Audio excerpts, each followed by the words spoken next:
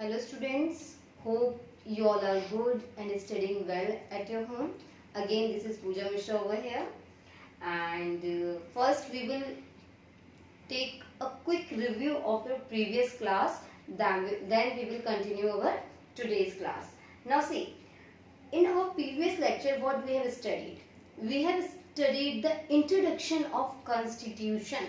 What actually constitution is? Constitution है क्या?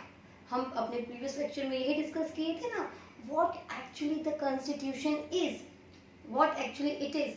तो we discussed that it is a written document, it is a written document. याद आया आपको फुटबॉल मैच वाला एक स्टोरी मैंने आप लोगों को सुनाया था, एक मैंने आप लोगों को थीव्स वाला स्टोरी सुनाया था कि लोग जो चाहते हैं, the people aspires to live in which kind of situation, constitution represent that situation in written format और unwritten format. ये बताया था हम आपको कि constitution कई countries का written format में है, कई countries का अनरिटन फॉर्मेट में है.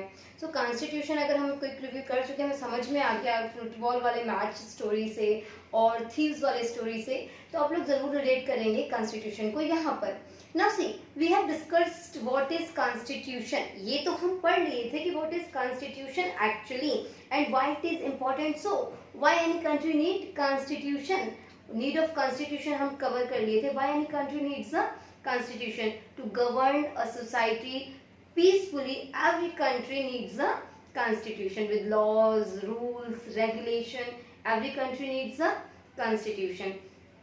Now it comes to the Indian constitution. हम ये सभी कंट्रीज के बारे में तो जान लिए कि हर कंट्री का एक कॉन्स्टिट्यूशन है और उनको जरूरत भी होती है कॉन्स्टिट्यूशन की. ये डिपेंड करता है कि किसके कंट्री का कॉन्स्टिट्यूशन कैसा है. Those people which want their constitution as per their wish, they are making their constitution according to it. उनको जैसा constitution चाहिए वो वैसा बना रहे हैं.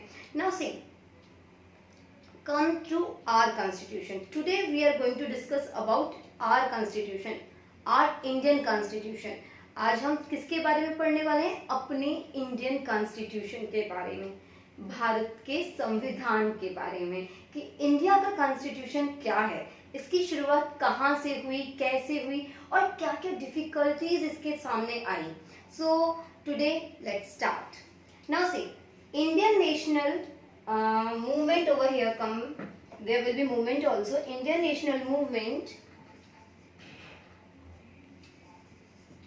And imagination of free India. Indian national movement and imagination of free India. आप लोगों को पता है before the partition, as you know, partition के बाद India and Pakistan got separated. They become two different nations. ये दो अलग अलग कंट्रीज बन गए, ये दो अलग अलग राष्ट्र बन गए. But before the partition you know that Britishers were used to rule in our country.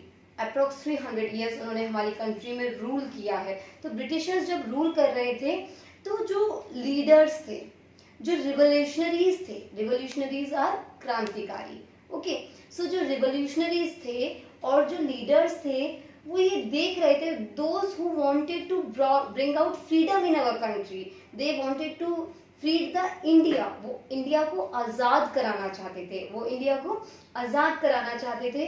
तो वो जो रिवोल्यूशनरीज थे, जो लीडर्स थे, उन्होंने नोटिस किया कि इस कंट्री में हमने नोटिस किया है कि हमें फ्रीडम नहीं है, हमें फ्रीडम नहीं, बिकॉज हम अंडर ब्रिटिश रूल जी रहे हैं. तो नेशनल मूवमेंट जो वो संघर्ष कर रहे थे, इतने सारे नेशनल मूवमेंट्स हुए थे, तो वो जो संघर्ष कर रहे थे to get the India freed, to get the India freed from Britishers से आज़ाद कराने के लिए दे वर स्ट्रगलिंग अ लॉट. वो बहुत ज़्यादा संघर्ष कर रहे थे.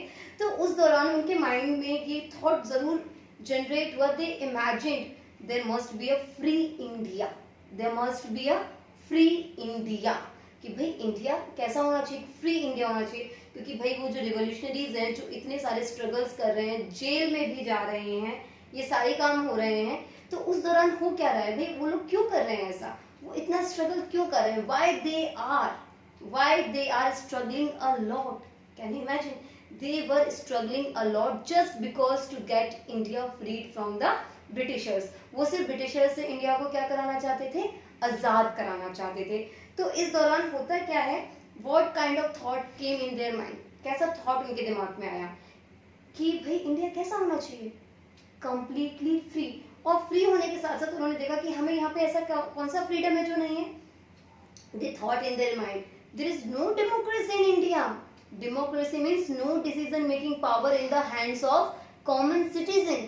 उस दौरान एक आम आदमी के, इंडियन पीपल के हाथ में कोई डिसीजन मेकिंग पावर था ही नहीं। तो उनके माइंड में आया कि if the India will get free, there is a flow chart. देखिए एसएसटी को आप जितना फ्लो चार्ट से पढ़ते हैं ना, ये फ्लो चार्ट हमें स्टोरी को मेमोराइज कराने में काम आते हैं। इसी के थ्रू आप आंसर्स लिख सकते हैं। ये फ्लो चार्ट्स बनाने का रीजन ही मेरा ये है कि आप स्टोरी लाइन को पकड़ेंगे और स्टोरी लाइन पकड़ के आपके लिए चैप्टर इजी होगा।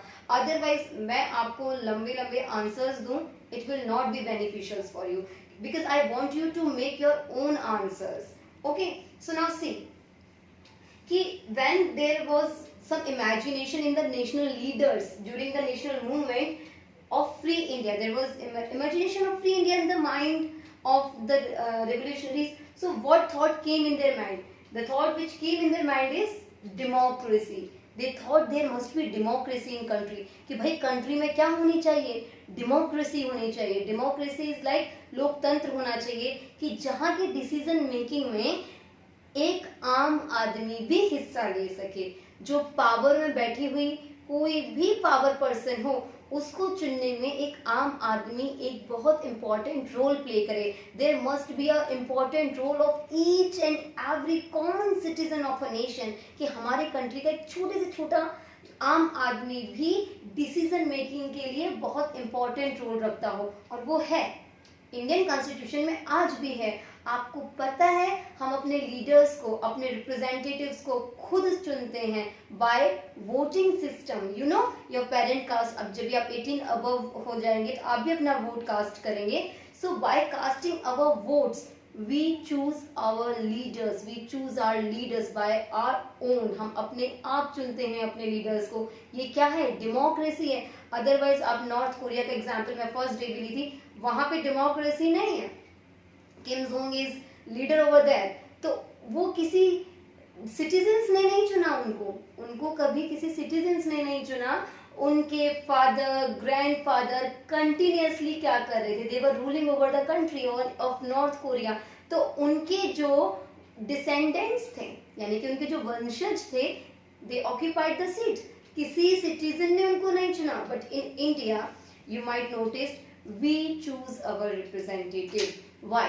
Because India is a democratic country. Exactly. जहाँ कंट्री डेमोक्रेटिक होती है वहाँ लोगों को राइट्स होते हैं, हमें राइट्स हैं। So we are living in a democratic country. So जब भी उनको इमेजिनेशन हुआ फ्री इंडिया को, तो उनको इमेजिन किया उन्होंने कि देयर विल बी डेमोक्रेसी। और जब डेमोक्रेसी होगी तो डिसीजन मेकिंग में participation of everyone, there will be participation of everyone in decision making. यही चीज अभी हम आपको बताए थे कि whenever there will be free India, the India must be democratic, and when India will be democratic, what you will get in democratic country, what you will get, you will get the participation of everyone in decision making. decision making में हर कोई participate कर सकेगा। उसके बाद but how did we achieve this?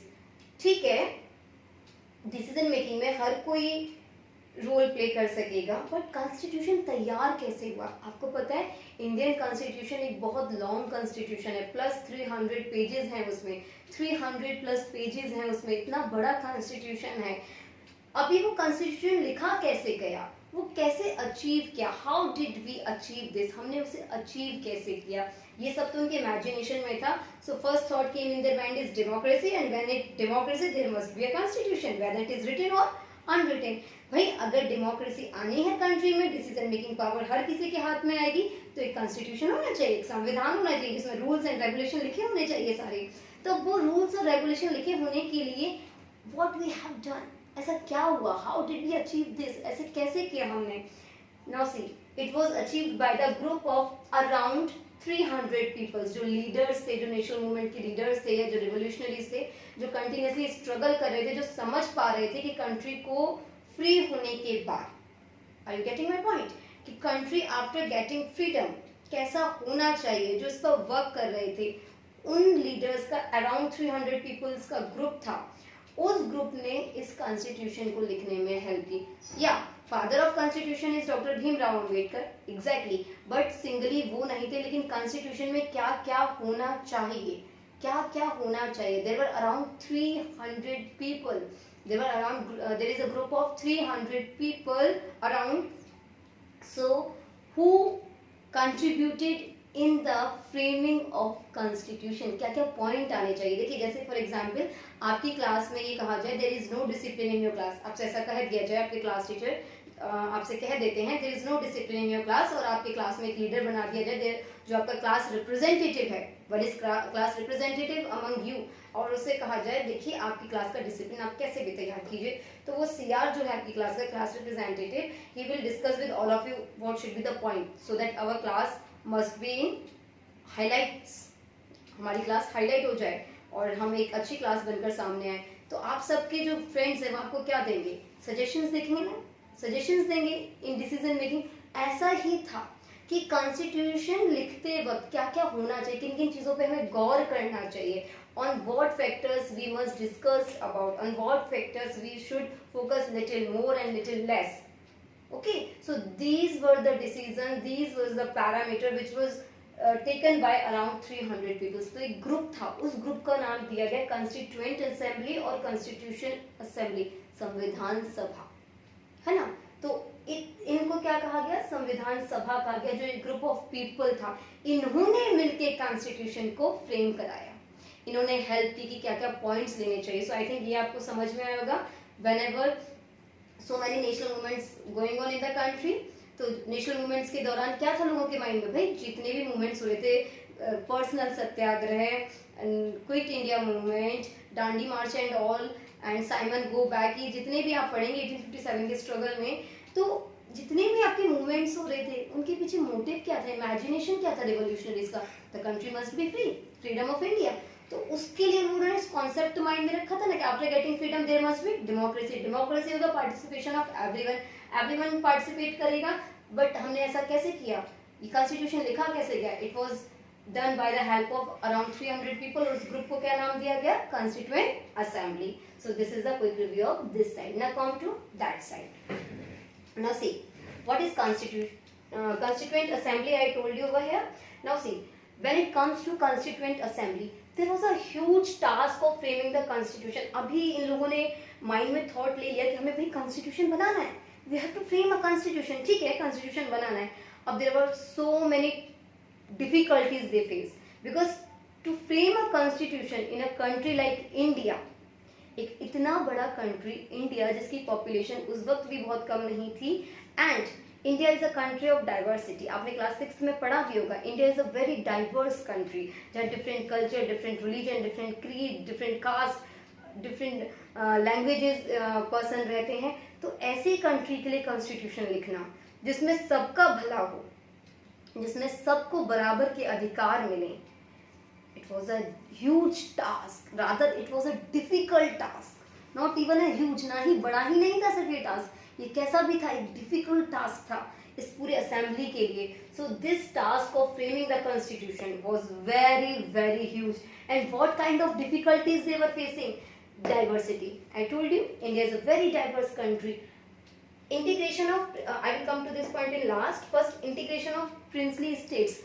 पहले रियासतें होती थी, आप लोगों ने अगर राजस्थान का हिस्ट्री पढ़ा होगा, you might be aware there were 19 princely states, 19 रियासतें थी, है ना, जहाँ पे तो उनको इंटीग्रेट करके स्टेट्स में कन्वर्ट करना, उनका इंटीग्रेशन करना, ये भी एक बहुत बड़ा टास्क था। ये कैसे होगा, कैसे होगा, कोई अपना एरिया क्यों छोड़ना चाहेगा, फॉर एग्जाम्पल कि मैं एक पर्टिकुलर एरिया में राज करते हैं, तो why would I leave this, तो उनको इंटीग्रेट करना, लोगों को आपस में मिलाना, this was also very huge task. Diversity थी, डिफरेंट लैंग्वेजेस हैं, डिफरेंट आपके कल्चर्स हैं, ऐसे लोगों के लिए कॉन्स्टिट्यूशन कैसे बनाया जाए कि इन सबके बेनिफिट्स हों उसमें, यू नो, कि Kashmir to Kanyakumari, you can see the diversity. तो इतने सारे लोगों के लिए आप कॉन्स्टिट्यूशन कैसे लिखने वाले थे, साथ ही साथ सबसे बड़ा जो एक पॉइंट था वो था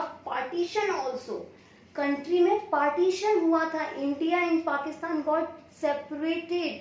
कल्चरल लोगों के अंदर एक आप कह सकते हैं फीलिंग्स जो थी, कल्चरल फीलिंग्स या उनकी जो रिलीजन फीलिंग्स थी वो भी कहीं ना कहीं हर्ट हुई थी। उनके जो रिलेटिव्स थे या उनके जो क्लोज वंस थे वो भी उनसे दूर हो गए थे। तो एक ऐसा कॉन्स्टिट्यूशन लिखना जहां पर ऑलरेडी हिंदू मुस्लिम को लेकर लोगों के बीच डिफरेंसेस क्रिएट हो गए हों, पार्टीशन हो गया हो और कॉन्स्टिट्यूशन में हर रिलीजन को इक्वल स्टेटस मिला हो, तो बहुत बड़ा टास्क था कॉन्स्टिट्यूशन लिखना। आप समझ सकते हैं आज हम उस कॉन्स्टिट्यूशन के सहारे जी रहे हैं, लेकिन initially how difficult it was.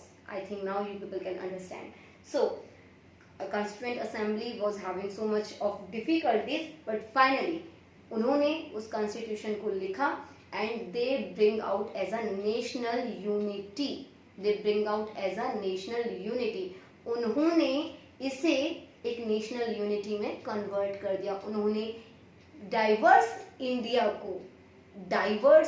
को एक सिंगल नेशन में, यूनाइट नेशन में कन्वर्ट किया अंडर द कॉन्स्टिट्यूशन। उन्होंने इस कॉन्स्टिट्यूशन के अंडर में क्या किया, एक यूनाइट नेशन क्रिएट किया और उसमें सभी के बेनिफिट्स को ध्यान रखा गया।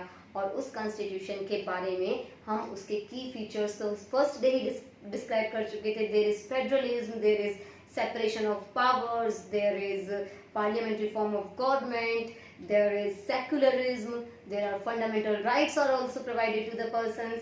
So first point आज हम छोटा सा डिस्कस करते हैं फेडरलिज्म और उसके बाद हम नेक्स्ट क्लास में हम इसको कंटिन्यू करेंगे। व्हाट इज फर्स्ट की feature of our Indian constitution, that is federalism. Federalism का मतलब है कि जो गवर्नमेंट सिस्टम है, it is not a single phase, it is not of single phase, there is existence of more than one form of government, you know, state government, central government, and in the state government there is district government also, है ना, there is not separate government but yeah district persons also who are administrating powers also। तो powers जो different groups पे बटी हुई है, इसी को कहा जाता है federalism. What is federalism? Existence of more than one government। ऐसा तो नहीं कि सिंगल गवर्नमेंट है, no, more than one political party,